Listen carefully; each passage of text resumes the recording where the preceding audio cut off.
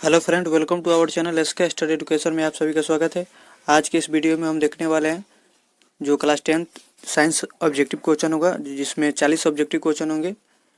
इस वीडियो में हम लोग देखेंगे 20 ऑब्जेक्टिव क्वेश्चन और इसके बाद अगले वीडियो में देखेंगे 20 ऑब्जेक्टिव क्वेश्चन। जो ही प्रश्न है काफ़ी महत्वपूर्ण प्रश्न होंगे, इसलिए वीडियो का लास्ट तक पॉइंट है। अगर आप हमारे चैनल पर नए हो तो चैनल को subscribe and like and share जरूर कीजिएगा। चलते हैं क्वेश्चन को देखते हैं। क्वेश्चन नंबर फर्स्ट देखेंगे, निम्नलिखित में कौन सबसे कम अभिक्रियाशील धातु है? तो इसका ऑप्शन इस प्रकार ऑप्शन है aluminium, option B zinc, option C लोहा, ऑप्शन डी मैग्नीशियम। तो निम्नलिखित में कौन सबसे कम अभिक्रियाशील धातु है? तो जो लोहा होती है जो सबसे कम अभिक्रिया धातु होती है, तो इसका राइट आंसर होगा ऑप्शन सी Fe हो जाएगा। इसका सबसे कम अभिक्रियाशील धातु कौन सा है? तो Fe लोहा, जिसे हम लोहा बोलते हैं। तो इसका राइट आंसर होगा ऑप्शन सी। इसी प्रकार हम लोग अगला क्वेश्चन देखेंगे। क्वेश्चन नंबर 2 होगा, कार्बन की परमाणु संख्या है, जो कार्बन की परमाणु संख्या है वो कितनी होती है? तो इसका ऑप्शन इस प्रकार ऑप्शन है 6, option B 8, option C 9, option D 11। तो कार्बन की परमाणु संख्या कितनी होती है? तो कार्बन की परमाणु संख्या 6 होती है। तो इसका राइट आंसर होगा ऑप्शन ए 6। इसी प्रकार हम अगला क्वेश्चन देखेंगे। क्वेश्चन नंबर 3 होगा, असंतृप्त हाइड्रोकार्बन जिनमें कार्बन कार्बन परमाणु के बीच त्रि अबंध होते हैं वह क्या कहलाते हैं? जो असंतृप्त हाइड्रोकार्बन जिनमें कार्बन कार्बन परमाणु के बीच त्रि अबंध होते हैं वो क्या कहलाते हैं? तो इसका ऑप्शन इस प्रकार option A alkane, option B alkyne, option C alkene. तो असंतृप्त हाइड्रोकार्बन जिनमें कार्बन कार्बन परमाणु के बीच त्रि अबंध होते हैं वो क्या कहलाते हैं? तो एल्काइन कहलाते हैं। तो इसका राइट आंसर होगा ऑप्शन बी एल्काइन, जो काफी महत्वपूर्ण प्रश्न है, इसलिए वीडियो का लास्ट तक जरूर देखें। इसी प्रकार हम अगला क्वेश्चन देखेंगे। क्वेश्चन नंबर 4 होगा, एथेनॉल की क्रियाशील मूलक का सूत्र है। जो एथेनॉल होता है उसका क्रियाशील मूलक सूत्र क्या होता है? तो इसका ऑप्शन इस प्रकार ऑप्शन है bond OH, option B bond CHO, option C bond COOH। तो एथेनॉल के क्रियाशील मूलक का सूत्र क्या होता है? तो इसका राइट आंसर होगा ऑप्शन होगा ऑप्शन ए बॉन्ड OH। जो इथेनॉल के क्रियाशील मूलक का सूत्र क्या होता है? तो बॉन्ड OH होता है। इसका राइट आंसर होगा ऑप्शन ए। इसी प्रकार हम लोग अगला क्वेश्चन देखेंगे। क्वेश्चन नंबर 5 होगा, वैद्युत प्रतिरोधकता का SI मात्रक है। तो इसका ऑप्शन इस प्रकार ऑप्शन है ओम, ऑप्शन बी ओम प्रति मीटर, ऑप्शन सी वोल्ट प्रति मीटर, ऑप्शन डी ओम मीटर। तो वैद्युत प्रतिरोधकता का SI मात्रक क्या होता है? तो ओम मीटर होता है। तो इसका राइट आंसर होगा ऑप्शन डी ओम मीटर। इसी प्रकार हम अगला क्वेश्चन देखेंगे। क्वेश्चन नंबर 6 होगा, निम्नलिखित में कौन विद्युत का सबसे अच्छा चालक है? जो निम्नलिखित में कौन विद्युत का सबसे अच्छा चालक है? तो इसका ऑप्शन इस प्रकार ऑप्शन ए चांदी, ऑप्शन बी लोहा, option C nichrome, option D rubber. तो निम्नलिखित में कौन विद्युत का सबसे अच्छा चालक है? तो चांदी होता है, जो विद्युत का सबसे अच्छा सर्वोत्तम चालक माना जाता है। तो इसका राइट आंसर ऑप्शन है चांदी। इसी प्रकार हम अगला क्वेश्चन देखेंगे। क्वेश्चन नंबर 7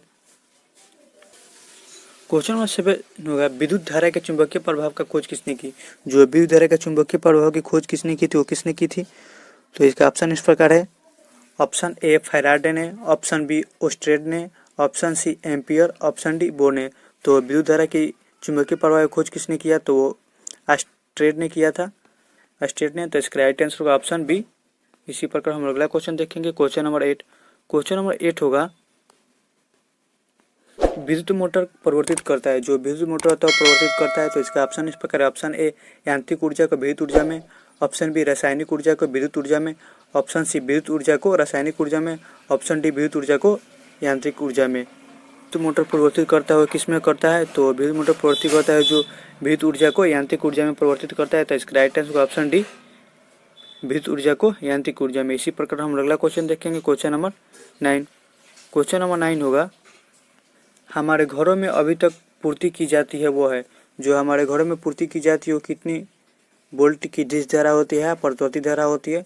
तो इसका ऑप्शन इस प्रकार है, ऑप्शन ए 220 वोल्ट पर डिश धारा होती है, ऑप्शन बी 12 वोल्ट पर डिश धारा होती है, ऑप्शन सी 228 वोल्ट पर प्रतिवर्ती धारा होती है, ऑप्शन डी 12 वोल्ट पर प्रतिवर्ती धारा होती है। तो हमारे घरों में जो विद्युत आपूर्ति की जाती है वो क्या होती है?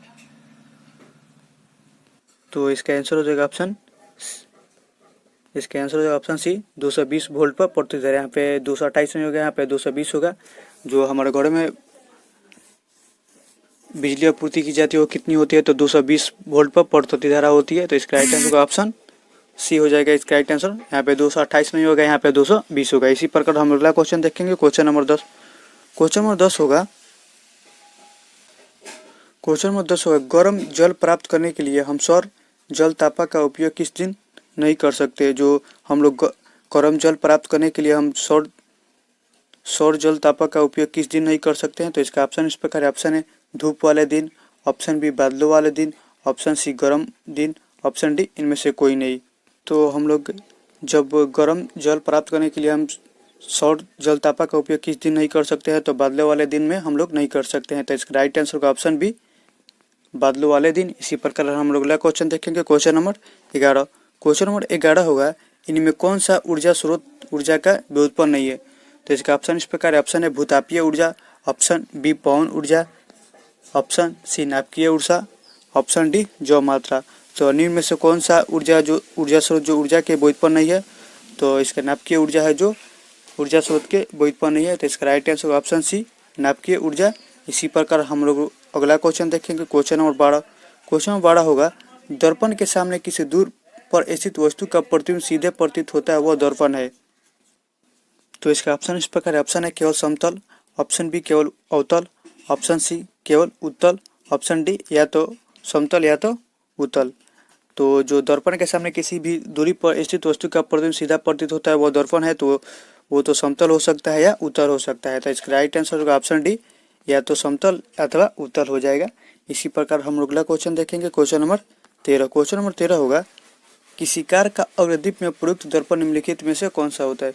जो कार के अग्रदीप में प्रयुक्त होता है वो कौन सा दर्पण होता है। तो इसका ऑप्शन इस प्रकार है। ऑप्शन ए अवतल दर्पण, ऑप्शन बी उत्तल दर्पण, ऑप्शन सी समतल दर्पण, ऑप्शन डी या तो समतल अथवा उत्तल। तो किसी कार का अग्रदीप में प्रयुक्त दर्पण निम्नलिखित में कौन सा होता है, तो वो अवतल दर्पण होता है। तो इसका राइट आंसर होगा ऑप्शन ए अवतल दर्पण। इसी प्रकार हम लोग अगला क्वेश्चन देखेंगे, क्वेश्चन नंबर 14।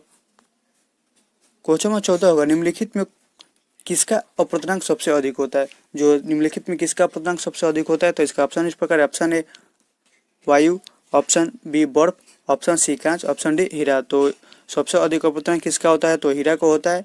इसी प्रकार हम लोग अगला क्वेश्चन देखेंगे, क्वेश्चन नंबर 15।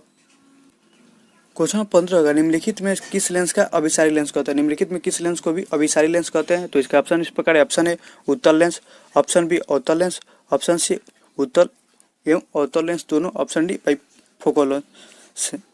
तो निम्नलिखित में किस लेंस को अभिसारी लेंस कहते हैं। तो उत्तल लेंस का है जो अभिसारी लेंस कहते हैं। तो इसका राइट आंसर ऑप्शन ए उत्तल लेंस, और अवतल लेंस को हम लोग अपसारी लेंस कहते हैं और उत्तल लेंस को अभिसारी लेंस कहते हैं। तो यहाँ पे हम लोग क्वेश्चन निम्नलिखित में किस लेंस को अभिसारी लेंस कहते हैं। तो उत्तल लेंस के जो है अभिसारी लेंस कहते हैं। तो इसका राइट आंसर हो जाएगा ऑप्शन ए अभिसारी लेंस।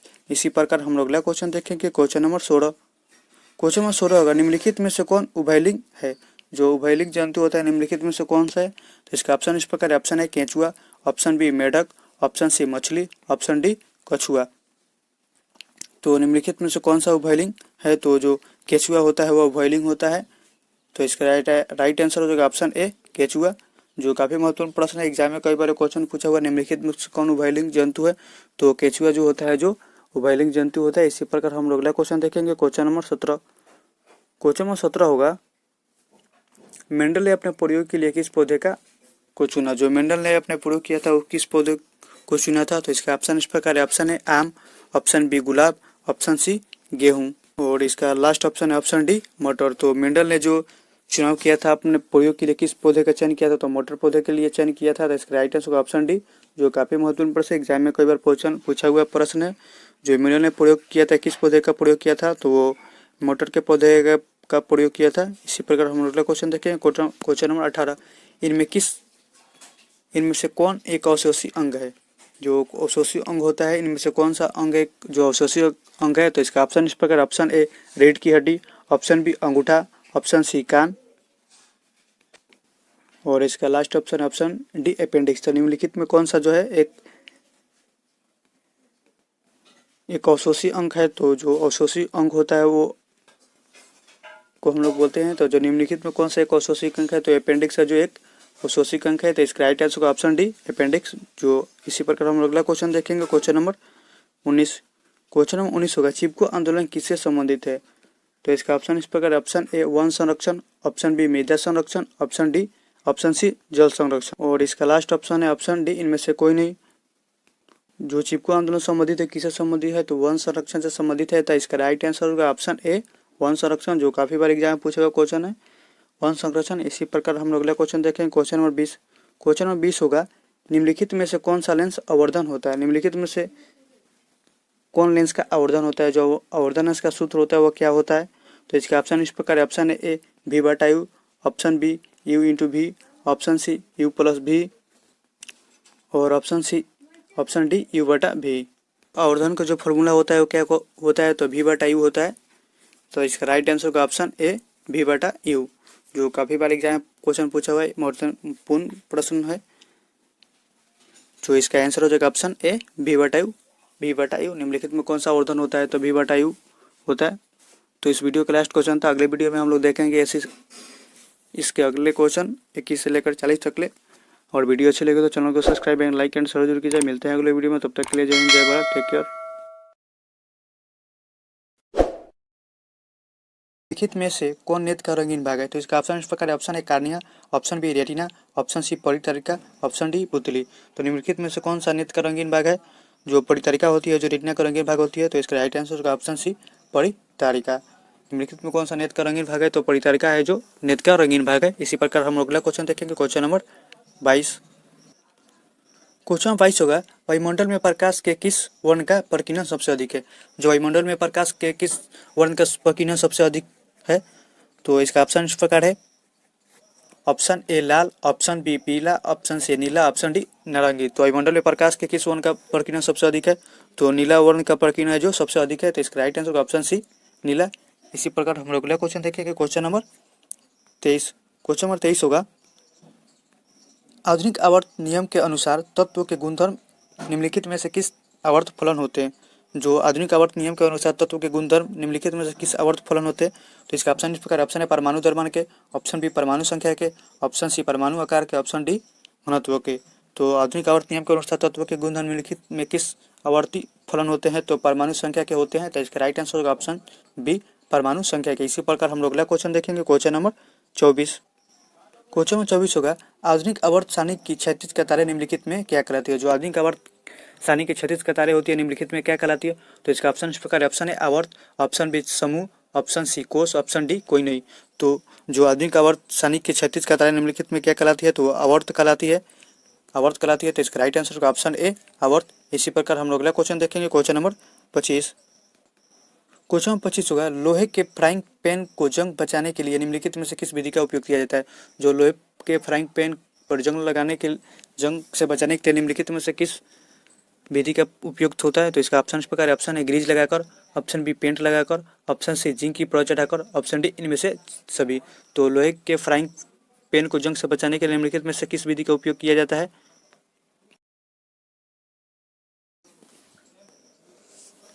तो इसका आंसर हो जाएगा ऑप्शन सी जिंक की परत चढ़ाकर।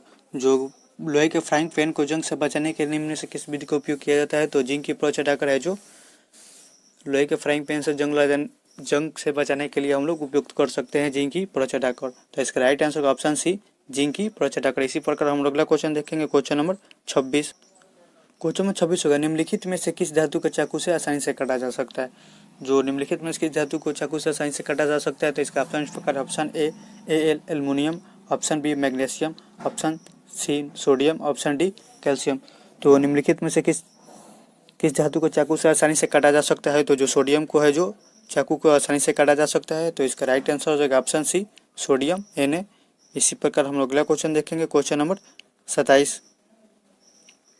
क्वेश्चन नंबर 27 होगा, निम्नलिखित में से कौन गैस चूने को दूधिया कर देता है। निम्नलिखित में से कौन सा गैस जो चूने के पानी को दूधिया कर देता है। तो इसका ऑप्शन इस प्रकार, ऑप्शन है Cl2, option B SO2, option C CO2, option D O2। तो निम्नलिखित में से कौन गैस चूने के पानी को दूधिया कर देता है। तो SO2 है जो गैस चूने के पानी को दूधिया कर देता है। तो इसका राइट आंसर का ऑप्शन बी SO2। इसका राइट आंसर का ऑप्शन बी SO2। निम्नलिखित में कौन सा गैस चूने के पानी को दूधिया कर देता है। तो SO2 गैस है जो चूने के पानी को दूधिया कर देता है। इसी प्रकार हम अगला क्वेश्चन देखेंगे, क्वेश्चन नंबर 28। क्वेश्चन नंबर 28 है, टार्ट्रिक अम्ल निम्नलिखित में से किस में पाया जाता है। जो टार्ट्रिक अम्ल पाया जाता है निम्नलिखित में से किस में पाया जाता है। तो इसका ऑप्शन इस प्रकार, ऑप्शन है टमाटर, ऑप्शन बी संतरा, ऑप्शन सी सिरका, ऑप्शन डी इमली। तो टार्टिक अम्ल निम्नलिखित में किस में पाया जाता है? तो टार्टिक अम्ल जो पाया जाता है वो सिरका में पाया जाता है। तो इसका राइट आंसर हो जाएगा ऑप्शन सी सिरका। जो टार्टिक अम्ल निम्नलिखित किस में पाया जाता है? तो सिरका में पाया जाता है। इसी प्रकार हम लोग अगला क्वेश्चन देखेंगे। क्वेश्चन नंबर 29 होगा आयोडीन की कमी से कौन सा रोग होता है? जो आयोडीन की कमी होती है जो हमारे शरीर में, तो कौन सा रोग होता है? तो इसका ऑप्शन इस प्रकार ऑप्शन है घेगा, option B insulin, option C androgen, option D इनमें से कोई नहीं। तो आयोडीन की कमी से हम कौन सी रोग होती है? तो घेगा रोग होती है। तो इसका राइट आंसर होगा ऑप्शन ए घेगा, जो काफ़ी महत्वपूर्ण प्रश्न एग्जाम में कई बार क्वेश्चन पूछा हुआ है। इसी प्रकार हम लोग अगला क्वेश्चन देखेंगे। क्वेश्चन नंबर 30 होगा निम्न में से कौन पिट्यूटरी ग्रंथि निकलने वाला हार्मोन है? निम्न में से कौन पिट्यूटरी ग्रंथि से निकलने वाला हार्मोन है? तो इसका ऑप्शन इस प्रकार ऑप्शन है वृद्धि hormone, option B thyroxine, option C insulin, option D androgen. तो इसका राइट आंसर का ऑप्शन है वृद्धि हार्मोन। निम्नलिखित में से कौन सा पिट्यूटरी ग्रंथि से निकलने वाला हार्मोन है? तो जो वृद्धि हार्मोन है जो पिट्यूटरी ग्रंथि से निकलने वाला हार्मोन है। तो इसका राइट आंसर हो जाएगा ऑप्शन ए वृद्धि हार्मोन। इसी प्रकार हम लोग अगला क्वेश्चन देखेंगे। Question number 31। क्वेश्चन नंबर 31 होगा अमीबा में अलैंगिक जनन किस विधि द्वारा होता है? जो अमीबा में अलैंगिक जनन होता है वो किस विधि द्वारा होता है? तो इसका ऑप्शन इस प्रकार ऑप्शन ए मुकुलन, ऑप्शन बी विखंडन, ऑप्शन सी बीजाणु जनन, ऑप्शन डी इनमें से सभी। जो अमीबा में अलैंगिक जनन किस विधि से होता है? तो मुकुलन से भी होता है, विखंडन से भी होता है और बीजाणु जनन से भी होता है। तो इसका राइट आंसर ऑप्शन डी इनमें से सभी। जो अमीबा में अलैंगिक जनन किस विधि से द्वारा होता है? तो मुकुलन से भी होता है और विखंडन से भी होता है और बीजाणु जनन से भी होता है। इसलिए इसका आंसर हो जाएगा ऑप्शन डी इनमें से सभी। इसी प्रकार हम लोग अगला क्वेश्चन देखेंगे। Question number 32। क्वेश्चन नंबर 32 होगा फूल का कौन सा भाग फल में बदलता है? तो इसका ऑप्शन इस प्रकार ऑप्शन है पुंकेसर, ऑप्शन बी स्त्रीकेसर, ऑप्शन सी अंडाशय, ऑप्शन डी बीजांड। तो फूल का कौन सा भाग जो फल में बदलता है? तो अंडाशय है। जो फूल का भाग फल में बदलता है वो कौन सा है? तो अंडाशय है। इसी प्रकार हम लोग अगला क्वेश्चन देखें। इसका आंसर हो जाएगा ऑप्शन सी अंडाशय। फूल का कौन सा भाग फल में बदलता है? तो अंडाशय है जो फल में बदलता है। तो इसका राइट आंसर हो जाएगा ऑप्शन सी। इसी प्रकार हम लोग अगला क्वेश्चन देखेंगे। Question number 33। क्वेश्चन नंबर 33 होगा इनमें कौन वृक्क की रचनात्मक एवं क्रियात्मक इकाई है? तो इसका ऑप्शन इस प्रकार ऑप्शन है neuron, option B nephron, option C नील्य, ऑप्शन डी बीजांड। तो निम्न में से कौन सा वृक्क का रचनात्मक एवं क्रियात्मक इकाई है? तो नेफ्रॉन है जो वृक्क की क्रियात्मक एवं रचनात्मक इकाई है। तो इसका राइट आंसर होगा ऑप्शन बी नेफ्रॉन।